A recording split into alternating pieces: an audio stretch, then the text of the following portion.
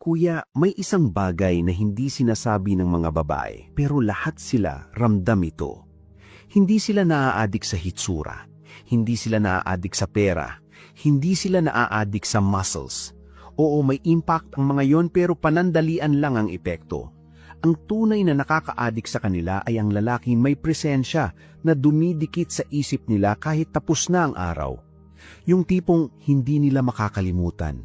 Yung tipong hinahanap ng sistema nila kahit ayaw nilang aminin. At ang mga lalaking ganito ay may 7 katangian na hindi kayang i-resist ng babae. Magsimula tayo sa unang katangian. Ang lalaking may tahimik na confidence. Hindi ito yabang, hindi ito loud energy, hindi ito alpha acting. Ito yung lalaking kayang maglakad sa isang lugar nang hindi naghahanap ng approval. Yung hindi reactive. Yung hindi nag-overflow sa pag-impress. Yung may composure na parang kahit anong nangyayari sa paligid, steady lang siya. Ang babae ay instinctively naaadik sa lalaki na may ganitong aura dahil nagbibigay ito ng sense of safety na hindi nila makukuha sa karamihan ng lalaki. Kapag confident ka ng hindi nag-iingay, nagiging magnet ang presensya mo. Pangalawa, ang lalaking may direksyon. Kuya, ang pinakamalaking turn-on para sa babae ay hindi ganda ng katawan, kundi ganda ng purpose. Kapag nakikita nilang alam mo kung saan ka papunta, kahit hindi pa perfect ang buhay mo, iba ang tingin nila. Ang lalaki na may vision, hindi nawawala sa isip ng babae. Nagiging inspiring ka, nagiging intriguing ka, nagiging rare. At ang rarity ay addicting. Hindi nila kayang i-resist ang lalaki na may sariling landas at hindi umaasa sa validation ng kahit sino. Pangatlo, ang lalaking may emotional control. Sa mundo ngayon, sobrang common ng lalaking reactive, madaling magalit, madaling ma-insecure, madaling mawala sa sarili. Pero ang lalaking kayang i-regulate ang emosyon niya ay nagiging oasis sa babae. Yung tipong kahit may tensyon, hindi ka sumasabog. Kahit may misunderstanding, hindi ka nagiging childish. Kahit may challenge, steady ka pa rin. Kuya, ang ganitong lalaki ay nakakabaliw sa babae dahil nagbibigay ito ng peace. At peace ang number 1 na hinahanap nila sa lalaki na seryosong papasukin sa buhay nila. Pang-4, ang lalaking marunong makinig ng may presence. Hindi yung nakikinig para sumagot, kundi nakikinig para umunawa. Ang lalaking hindi nagmamadali sa babae kapag nagsasalita ito, nagiging safe space nila. Kapag naramdaman ng babae na naiintindihan siya, hindi niya nakakalimutan lalaki iyon. At sa psychology, ito ang isa sa pinakamalalakas na root ng emotional addiction. Nakaka-addict ang lalaki na may malalim na atensyon dahil bihira sila. Pang-5, ang lalaking may boundaries. Kuya, akala ng maraming lalaki, turn off sa babae ang pagiging strict sa sarili. Pero hindi. Ang turn off ay yung lalaking walang stand, walang prinsipyo, walang limits. Ang babae ay naaadik sa lalaki na may backbone. Kapag sinabi mong hindi ka okay sa isang bagay at hindi mo iyon binabawi, nagiging attractive ka. Kapag hindi ka yes man, nagiging interesting ka. Kapag may standards ka, nagiging mahirap kang i-replace. At ang hirap palitan ay isa sa pinaka-addictive traits. Pang-6, ang lalaking may sariling mundo. Yung may hobbies, may growth, may discipline, may life outside the woman. Kuya, ang lalaki na hindi umiikot ang mundo sa babae ay hindi madaling makontrol at hindi madaling mawala ang sarili. Ito ang dahilan kung bakit mas nag-i-invest ng babae sa lalaki na independent. Ang independence ay hindi coldness. Ito ang signal na kaya mong mabuhay ng may alignment. At ang ganitong klaseng lalaki ay nag-i-ignite ng respeto. At kapag may respeto, may attraction. At kapag may attraction, nagiging cycle ng emotional addiction. At pang-7, kuya, ang lalaking may kindness na hindi weak. Yung marunong maging gentle pero may backbone. Yung marunong magbigay ng comfort pero hindi nagpapagamit. Yung marunong magpakita ng empathy pero hindi nagpapababa sa sarili. Ang ganitong lalaking balance ang strength and softness ay sobrang bihira. At ang rarity palagi ang pinaka-addicting. Kuya, habang pinakakinggan mo ito, marahil naiintindihan mo na. Hindi ito tungkol sa pagiging perfect. Ito ay tungkol sa pagbuo ng karakter na hindi madaling makita. Karakter na kapag meron ang isang lalaki, nagiging unforgettable siya sa kahit sinong babae. Kuya, kung naramdaman mong may tumama sa iyo sa mga sinabi ko kanina, hindi iyon aksidente. Dahil ang karamihan ng lalaki ngayon ay nakalilimutan ng pinakaugat ng attraction. Akala nila kailangan nilang maging sobrang gwapo, sobrang built, sobrang mayaman, o sobrang interesting sa social media. Pero ang totoo, ang babae ay nag-i-invest hindi sa hype, kundi sa depth. At dito lumalabas ang isa pang napakalakas na katangian na nakaka-addict sa kanila. Ang lalaking consistent. Hindi mo kailangan maging perfect. Hindi mo kailangan maging sobrang disciplined sa bawat minutong dumadaan.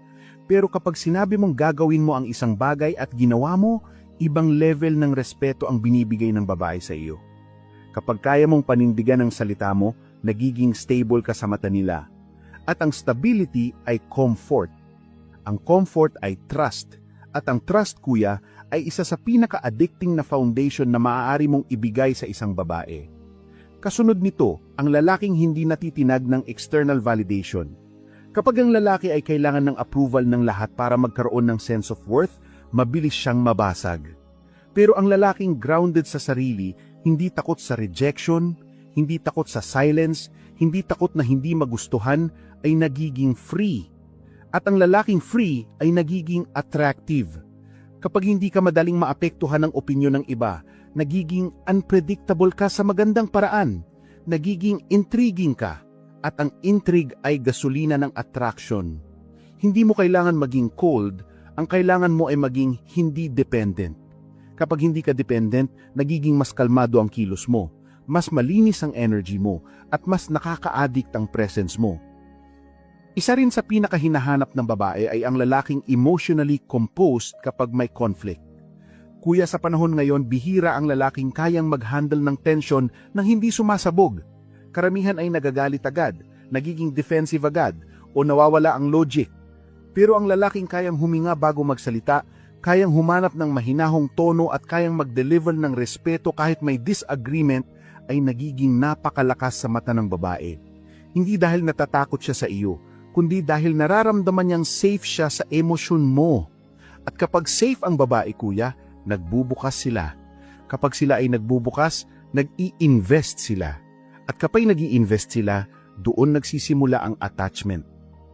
May isa pang bahagi na hindi napapansin ng karamihan ng lalaki, pero ito ay isa sa pinakamahalaga.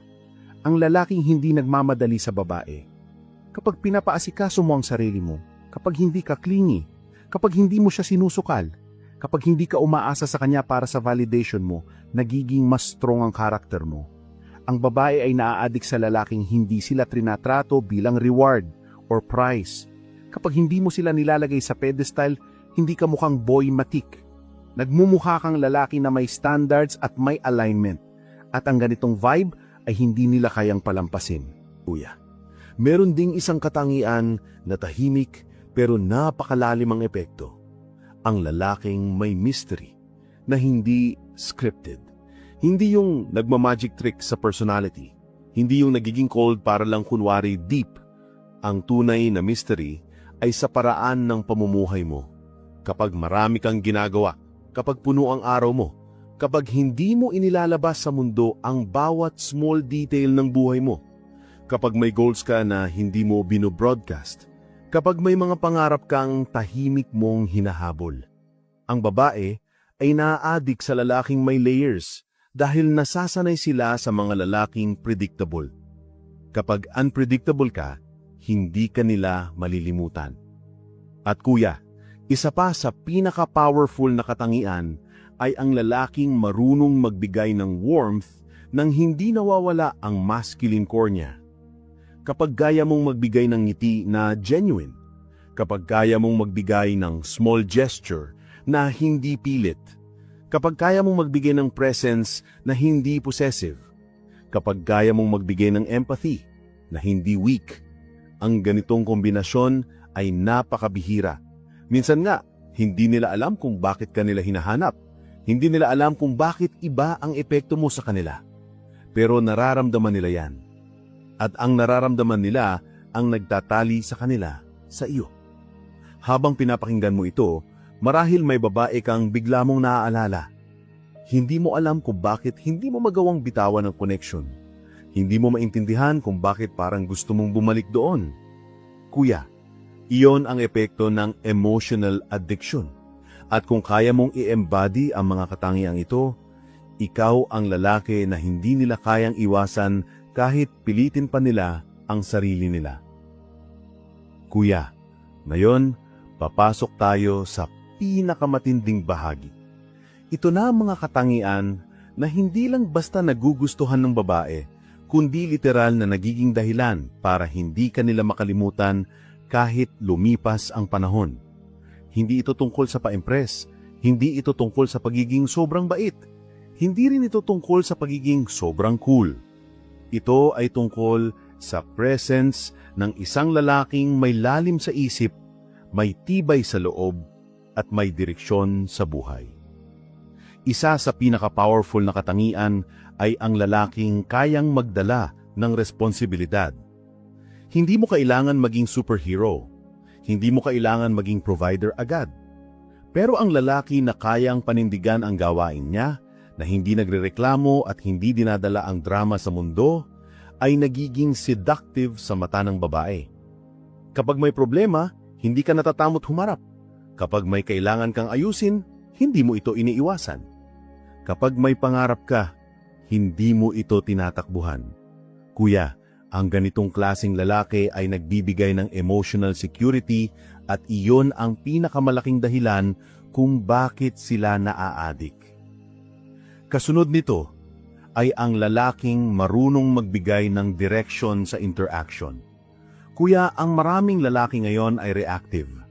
Umaasa sila sa babae para mag-set ng mood, mag-decide ng flow, at magbigay ng connection. Pero ang lalaking kayang mag-lead, ng hindi controlling, at mag-guide ng hindi oppressive, ay ibang klase ang dating. Kapag sinabi mong, tara, gawin natin ito. Kapag nagsuggest ka ng plano, ng may clarity, kapag kaya mong magbigay ng momentum sa usapan, ng hindi awkward, at kapag kaya mong i-handle ang silence ng hindi natataranta.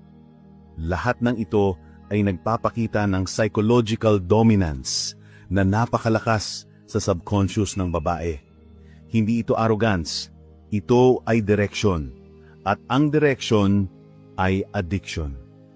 May isa pang ugali na bihirang-bihira sa panahon ngayon at ito ang nagtatangi sa lalaki mula sa karamihan. Ang lalaking hindi kailangan pansinin ang lahat para maramdaman ang halaga niya. Kuya, ang mundo ngayon ay puno ng ingay, puno ng pagpapakitang gilas, puno ng validation seeking. Pero ang lalaking kayang mabuhay ng may mataas na standard kahit walang audience ay nagiging rare treasure sa mata ng babae. Kapag hindi mo kailangang ipayabang ang ginagawa mo, kapag hindi mo kailangan i-post ang bawat progress mo, kapag hindi mo kailangang purihin ng lahat para ipagpatuloy ang growth mo, ang ganitong klaseng lalaki ay hindi disposable. Siya ang lalaking nag-iiwan ng marka. At kuya, meron pang isang katangian na hindi sinasabi ng babae pero malalim ang epekto sa kanila. Ang lalaking marunong magbigay ng emotional calmness sa presensya niya.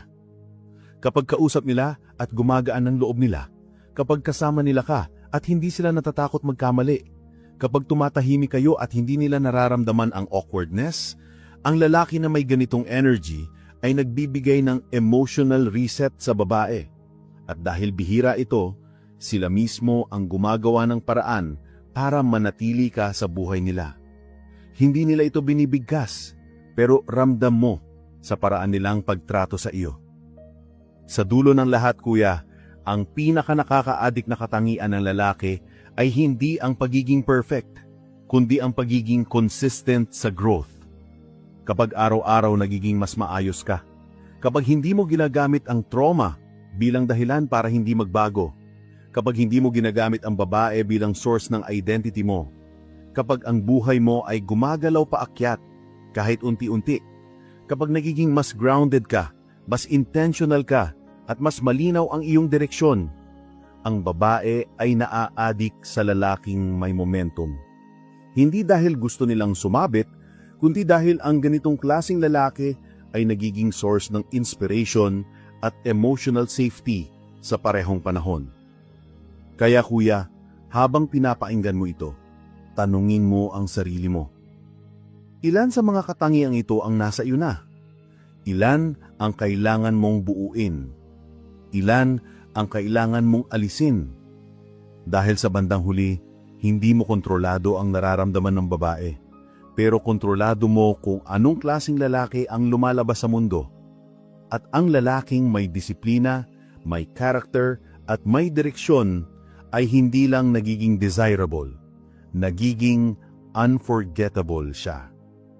Kuya, kung handa ka nang iangat ang sarili mo sa level na hindi kayang tapatan ng karamihan, unti-unti mong buuin ang 7 katangiang ito.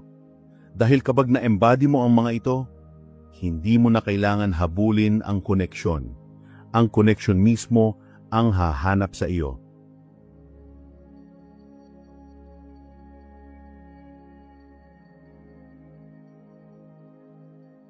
Sa iyo. Habang pinapakinggan mo ito, marahil may babae kang bigla mong naaalala. Hindi mo alam kung bakit hindi mo magawang bitawan ang connection. Hindi mo maintindihan kung bakit parang gusto mong bumalik doon. Kuya, iyon ang epekto ng emotional addiction. At kung kaya mong i-embody ang mga katangiang ito, ikaw ang lalaki na hindi nila kayang iwasan kahit pilitin pa nila ang sarili nila. Kuya, ngayon, papasok tayo sa pinakamatinding bahagi. Ito na ang mga katangian na hindi lang basta nagugustuhan ng babae, kundi literal na nagiging dahilan para hindi ka nila makalimutan kahit lumipas ang panahon. Hindi ito tungkol sa pa-impress, hindi ito tungkol sa pagiging sobrang bait, hindi rin ito tungkol sa pagiging sobrang cool. Ito ay tungkol sa presence ng isang lalaking may lalim sa isip, may tibay sa loob, at may direksyon sa buhay. Isa sa pinaka-powerful na katangian ay ang lalaking kayang magdala ng responsibilidad. Hindi mo kailangan maging superhero. Hindi mo kailangan maging provider agad. Pero ang lalaki na kayang panindigan ang gawain niya, na hindi nagrereklamo at hindi dinadala ang drama sa mundo, ay nagiging seductive sa mata ng babae. Kapag may problema, hindi ka natatamot humarap. Kapag may kailangan kang ayusin, hindi mo ito iniiwasan. Kapag may pangarap ka, hindi mo ito tinatakbuhan. Kuya, ang ganitong klaseng lalaki ay nagbibigay ng emotional security at iyon ang pinakamalaking dahilan kung bakit sila naa-addict. Kasunod nito ay ang lalaking marunong magbigay ng direction sa interaction. Kuya, ang maraming lalaki ngayon ay reactive. Umaasa sila sa babae para mag-set ng mood, mag-decide ng flow, at magbigay ng connection. Pero ang lalaking kayang mag-lead ng hindi controlling at mag-guide ng hindi oppressive ay ibang klase ang dating. Kapag sinabi mong, tara, gawin natin ito.